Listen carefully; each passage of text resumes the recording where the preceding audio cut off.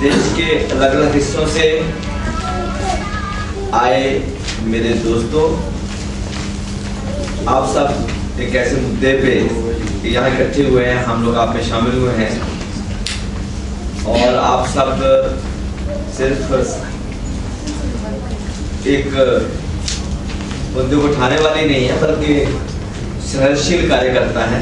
जमीनी स्तर पे आप काम करते हैं और अकेला चार्टर नहीं, इस चार्टर को लागू करने के लिए जब तैयारी भी चल रही थी तब भी आप लोग अलग अलग शहरों में जो ये मुद्दे उठाए गए इन पर कार्य भी कर रहे थे प्रैक्टिकल बेसिस पे, और आप लोग इस पे संघर्ष भी कर रहे थे। तो मैं आप सबको मुबारकबाद देता हूँ कि आपने एक ऐसा मुद्दा जो इस रूप में आज तक कभी उठाया नहीं गया, हालांकि जिस तरह समग्र इसकी जो जिस समग्रता में और जिस टोटलिटी में ये मुद्दा उठाया गया है वो बहुत से ऐसे इशू कवर करता है जिनकी ओर आम लोगों का ध्यान नहीं जाता।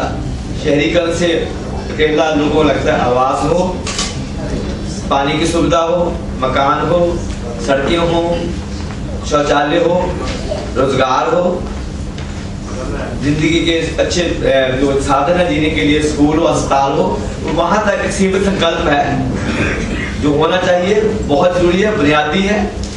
पर जो आपका चार्टर है, मैंने उसको मोटे मोटे रूप में पॉइंट वाइज पढ़ा है, वो चार्टर जो है वो बहुत ही एक नए तरह के शहरी जीवन को, जब मेरा शहर जस्टिफाइड जो जस्ट शहर है, न्यायपूर्ण शहर है, उसका जो संकल्प है बहुत ही मानववादी संकल्प है, ह्यूमनिज्म के एंगल से भी और समाज की जो विषमताएं हैं उन, और वो विषमताएं के लिए आर्थिक रूप में नहीं, वो सामाजिक रूप में भी है, वो एटीट्यूड्स में भी है, वो कल्चर में भी है, और वो जिंदगी के अलग अलग क्षेत्रों में विषमताएं हैं उनकी ओर भी इशारा करता है। तो आपने एक इतना बड़ा जो आपने हाथ में ये कार्य लिया है, बहुत बड़ा कार्य है। जैसे आप जानते हैं कि लगातार देश में जो अर्बनाइजेशन है, शहरीकरण है, उसकी गति बढ़ी है। अगर आप देखेंगे तो जो ग्रॉस डोमेस्टिक प्रोडक्ट है, जो सकल घरेलू उत्पाद है, उसमें एग्रीकल्चर से शेयर लगातार कम होता जा रहा है और सर्विस सेक्टर से और वो मैन्युफैक्चरिंग सेक्टर जो शेयर है वो लगातार बढ़ रहा है। और इस वजह से भी, और दूसरा एग्रीकल्चर का कोई ज्यादा खाने वाला धंधा ना होने के कारण जहाँ उन पे जो कुदरत की मार पड़ती है, चाहे वो बाढ़ हो, चाहे वो सूखा हो, चाहे वो और कोई कारण हो, उसकी वजह से भी वो लोग अपने घर बार छोड़ के शहरों की ओर आते हैं। यहाँ पर ये भी कहना उचित होगा, यहाँ मेंशन भी किया जो है कि जो अर्बनाइजेशन है उसके लिए जो खास तौर से नई आर्थिक नीति है 1991 के बाद जब से वो आई है, तब से जो शहरीकरण का जो चलन है वो बहुत तेजी से बढ़ा है। और ठीक ही कहा है कि जो स्टडीज आ रही हैं कि बाई 2050 वो तकरीबन 50% आबादी वो शहरों में होगी।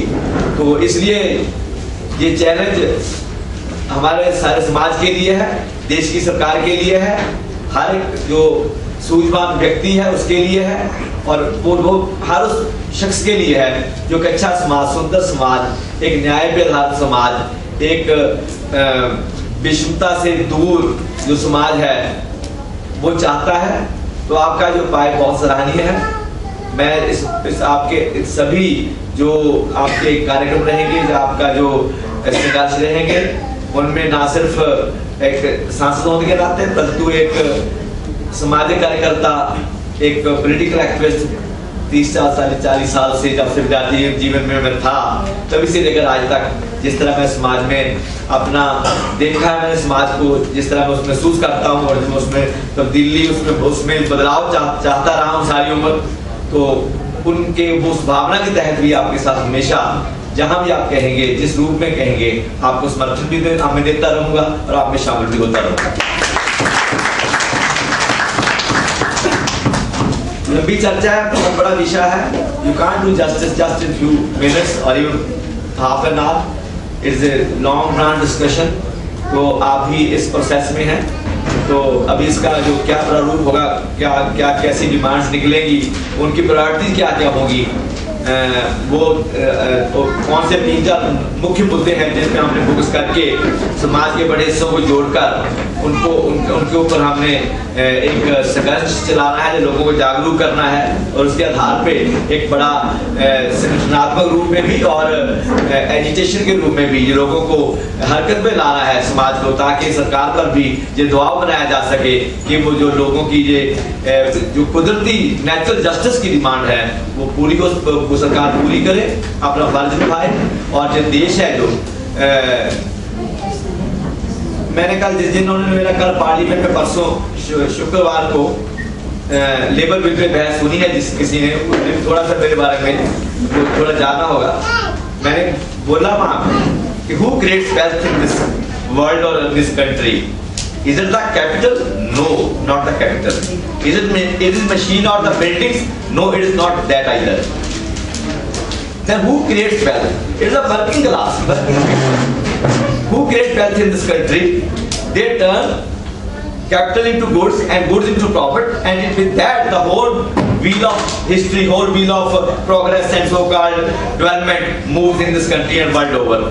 So जब तक आप उस सेक्शंस को, एक वर्किंग क्लास है, उससे जुड़े हुए बहुत से और सेक्शंस हैं, उनको उनकी अवहेलना करते रहेंगे, उनको उनके बनते जो अधिकार हैं वो नहीं देंगे, तो जब तक एक न्यायपूर्ण समाज है जो उनकी बुनियादी उनकी जरूरतों को पूरा करने वाला एक समाज है, उसकी सृजना नहीं होती, तब तक समाज में कभी शांति या वो भाईचारा या उसका जो एक अच्छे समाज का नक्शा है वो हम नहीं दे सकते। हम भले हम ये कहते फिरें कि हम लोग जो भारत है वो तीसरी दुनिया की दूसरी शक्ति, तीसरी शक्ति, चौथी शक्ति बनने को करता है, और या फिर हम मंगलयान पे जा रहे हैं, ये सभी बातें, हम बुलेट ट्रेन चला रहे हैं, हम लोग IIT IIMs नहीं खोल रहे हैं, तो उसका कोई मतलब नहीं है।